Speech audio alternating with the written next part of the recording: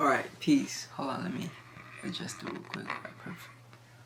So, yeah, this is going to be a mini reading, so I'll briefly be looking at the house that you will have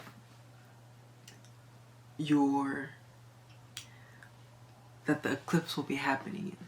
Alright, so your fourth house is Sagittarius, and it pretty much intersects the sign Libra.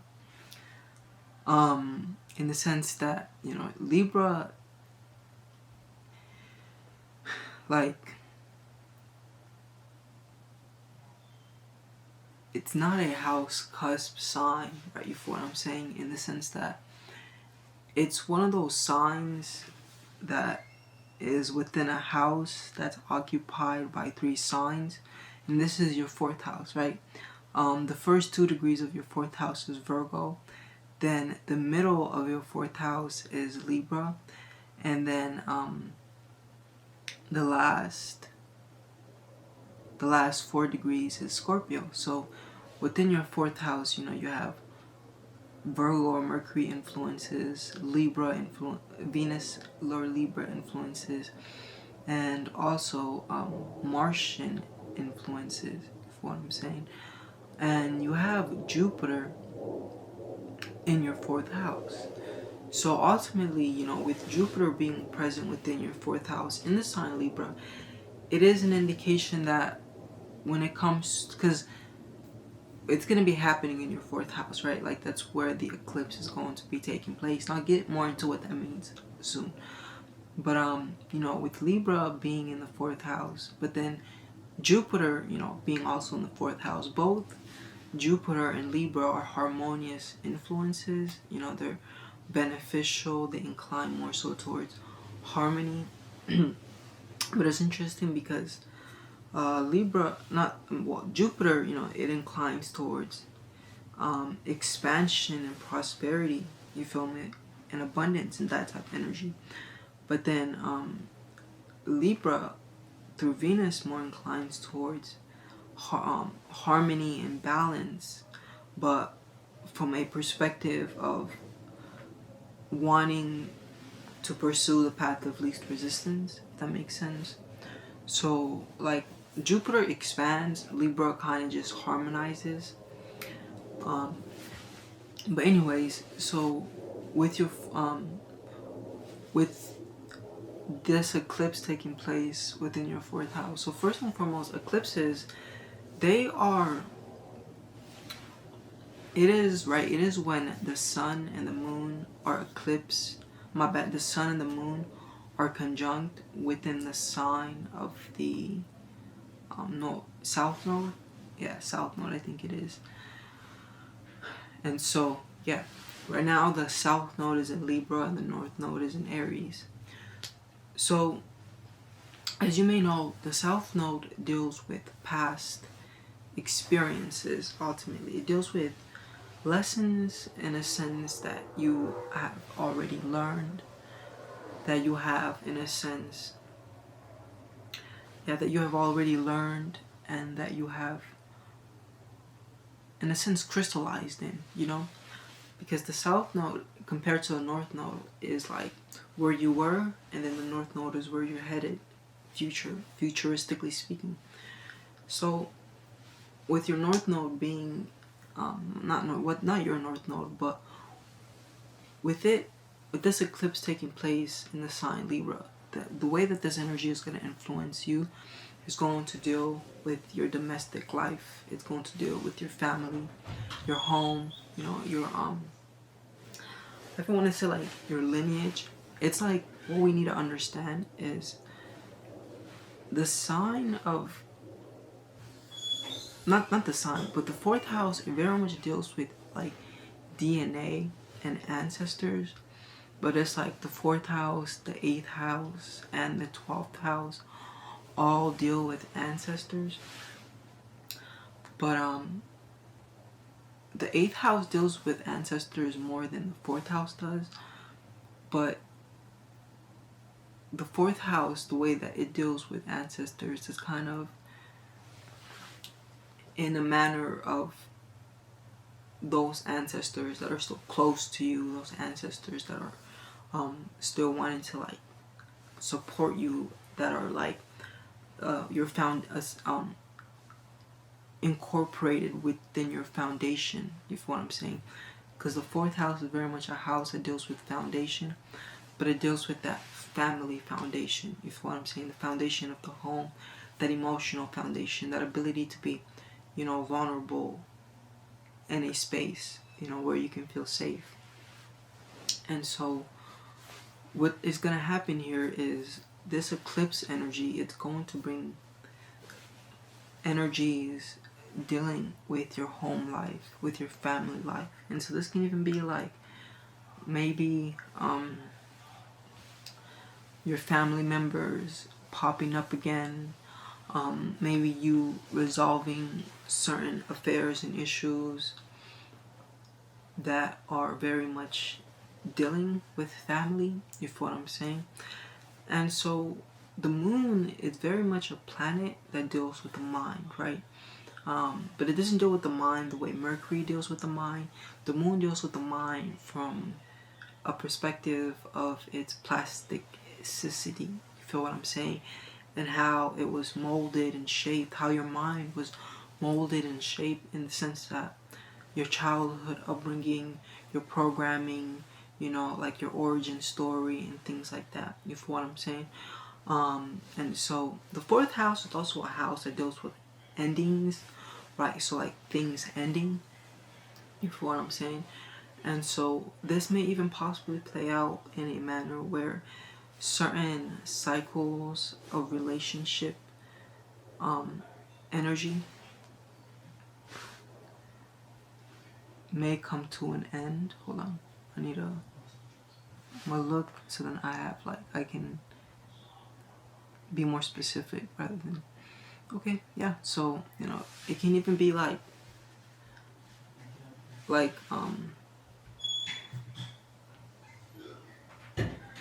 I don't really see it's not, I don't think it's conflict, because I don't really see conflict within your, yeah, I don't really see much conflict within your fourth house, except for the fact that your fourth house is being squared by Uranus and Uranus, Neptune, and Venus, you know? So, although on the surface, sure, it may look like, oh, the fourth house is good, I think if I was to go a little deeper, which I won't be doing because this is a mini reading, we would be able to unveil certain aspects of the home life that may be hard, that may be struggle orientated, but ultimately, I already talked about how certain things will surface from the past dealing with family, and this can even be family members literally reappearing, or mentally just being more inclined towards thinking about your family relations and how certain things influenced. But ultimately, the theme here for you to deal with is learning how to get vulnerable with yourself, but not just with yourself, right? But if you have a partner, right? Because Libra is the sign of partnership, then it would be a benefit to learn how to open up to your partner and reveal to them those aspects of you that you may rather desire to keep hidden because they're vulnerable aspects.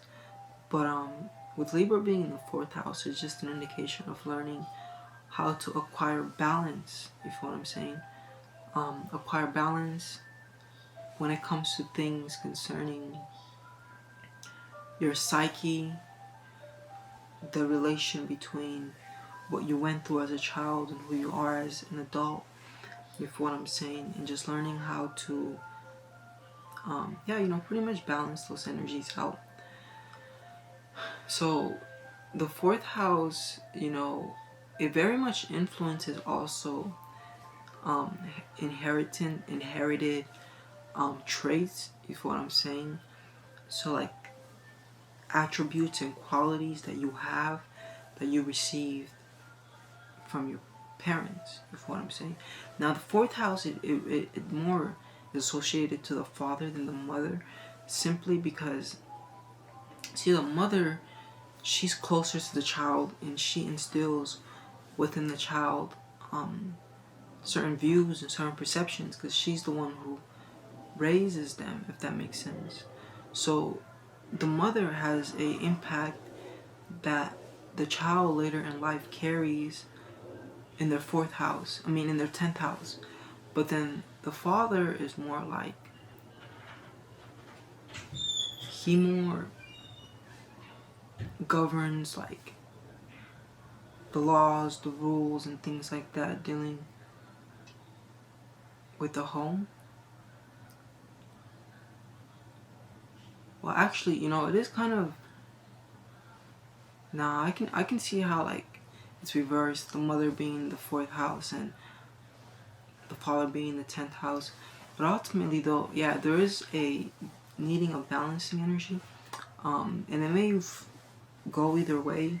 Maybe needing to learn how to balance energies dealing with your father, or possibly even dealing with your mother. But you know what, I think, yeah, that pretty much would conclude this mini reading. Definitely let me know what you thought. I hope that this reading was valuable and beneficial. So I don't, these transit readings aren't 100% my expertise. I recently kind of just started getting into them. What I am pretty good at is helping people, decode their birth charts, and I've been doing it for the last 5 years now, almost 6 years, so I've gotten pretty good. And even to this day, I still work on perfecting my craft and getting better and better and better. And so I'm only telling you all of this because it's wonderful that,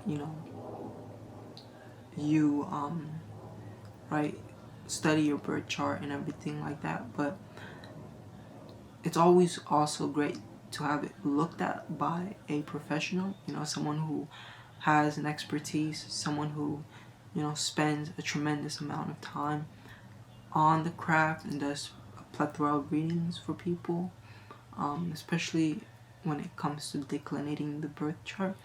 So, yeah, if you are interested, I would be more than happy to, break down the birth chart for you.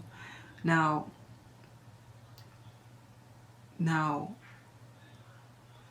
there is a lot I'm pretty sure that you are aware of within your birth chart, but I still think there may be certain aspects that I may be able, I have your birth chart right here, so I'm looking at it, just looking at some things, but I do think there's still certain aspects I might be able to help you reveal. And so, yeah, if you're interested, that'd be wonderful, and I'd love to work with you. I always enjoy helping people declinate their birth chart. But yeah, so if you are interested, definitely let me know. And I am I do charge, but it's very reasonable. I only charge $50 a session for the reading, So, yeah, definitely give it a try. It is definitely worth checking out, Yeah, the best thing that can happen is I actually genuinely do the reading for you and reveal some valuable information that you may have overlooked.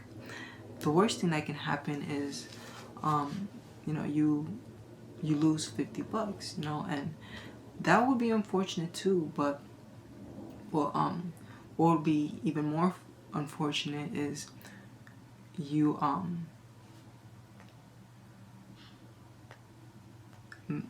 you not tapping into certain aspects of the birth chart that through my lens of view I may be able to reveal. But yeah, definitely let me know. And yeah, I definitely also do look forward to what you thought about the reading. And this was a mini reading, so I kept it very brief. But the full moon, my bad, the eclipse is also going to be conjuncting your moon and your Saturn, and your moon and your Saturn, and your moon, Saturn, and I know there was another planet, moon, Saturn, and yeah, no, just your moon and your Saturn, which is going to add another layer of information and detail, if what I'm saying. But yeah, so if you do choose to, book a session with me, I'll also, go deeper into it and really dive into what this eclipse will bring for you.